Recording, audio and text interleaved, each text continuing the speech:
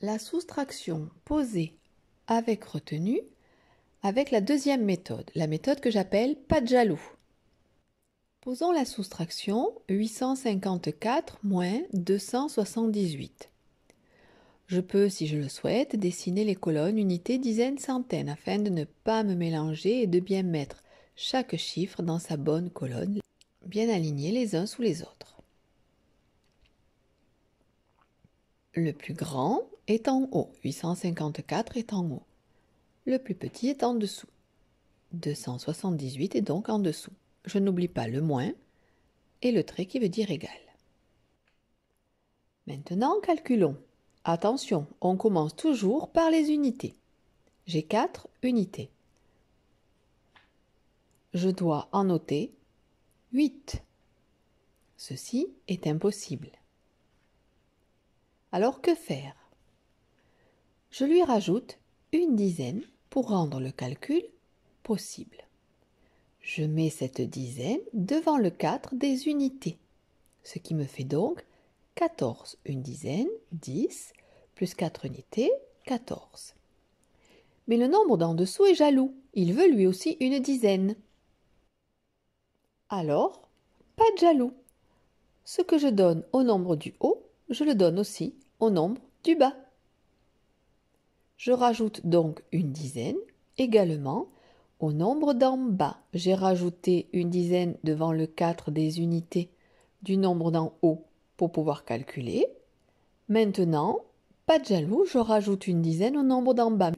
Je le rajoute avec les dizaines. Je lui donne une dizaine que je mets avec ces dizaines. Voilà pourquoi j'appelle cette méthode pas de jaloux. Ce que je donne à l'un, je le donne à l'autre. Je mets donc une dizaine dans le nombre d'en bas dans la colonne des dizaines. J'avais 7 dizaines, j'en ajoute une, j'en ai maintenant 8. Maintenant que j'ai donné à l'un et à l'autre une dizaine, je peux calculer les unités.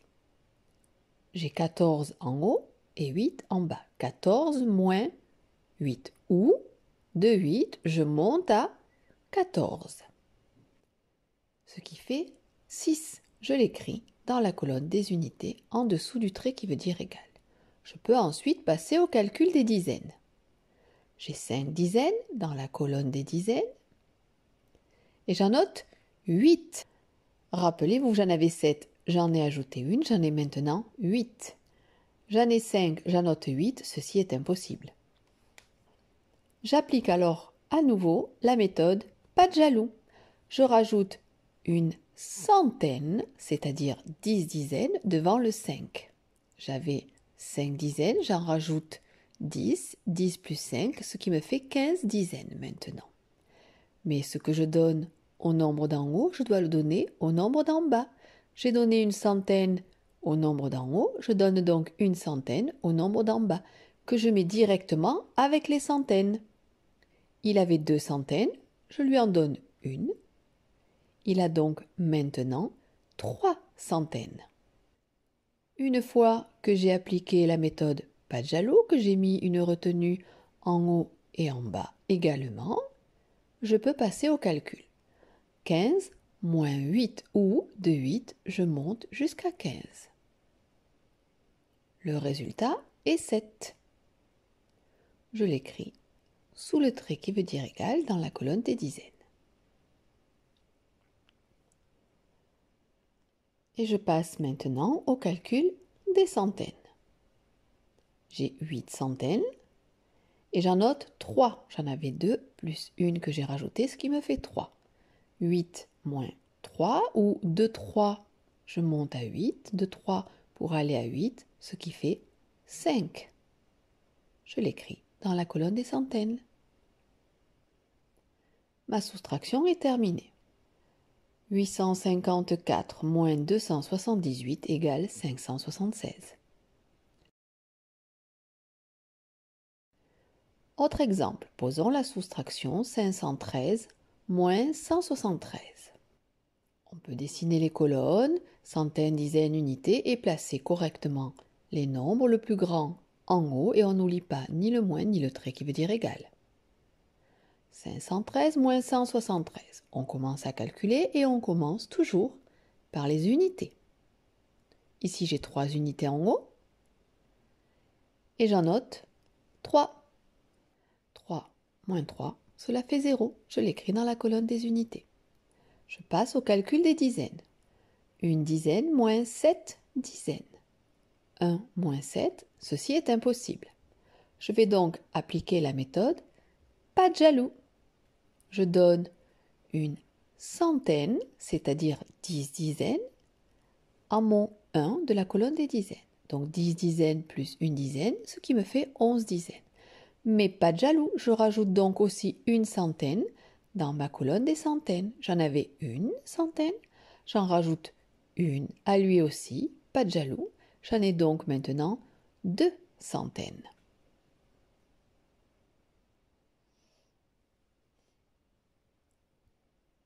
Maintenant que j'ai appliqué la méthode pas de jaloux, je calcule. 11 moins 7, ou bien de 7 pour aller à 11, le résultat est 4. Je l'écris dans la colonne des dizaines.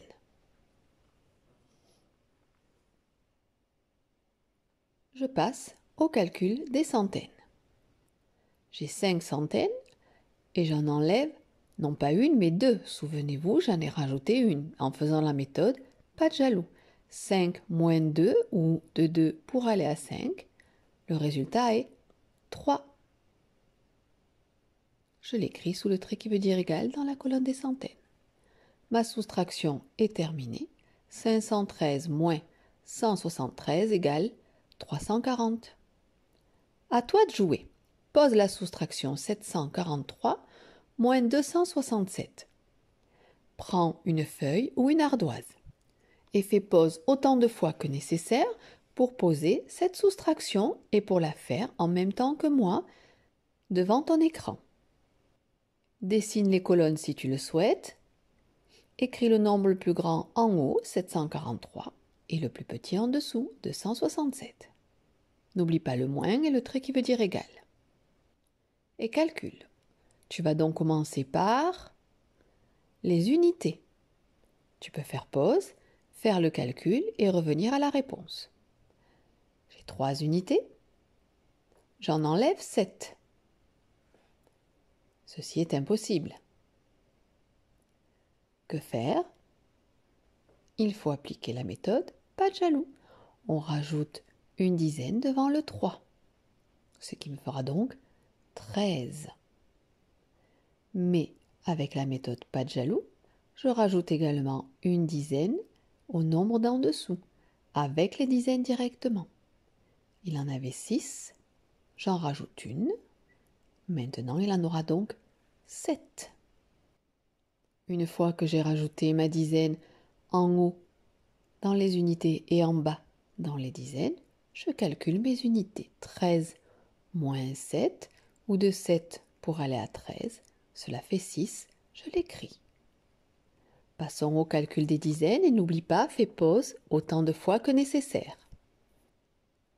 J'ai 4 dizaines et j'en note non pas 6 mais 7, car c'est 6 plus 1 que j'ai rajouté. Donc 4 moins 7. C'est impossible. J'applique donc la méthode pas de jaloux. Je rajoute une centaine, c'est-à-dire 10 dizaines devant mon 4. J'ai donc maintenant 10 dizaines plus 4 dizaines, j'ai donc 14. 14 dizaines.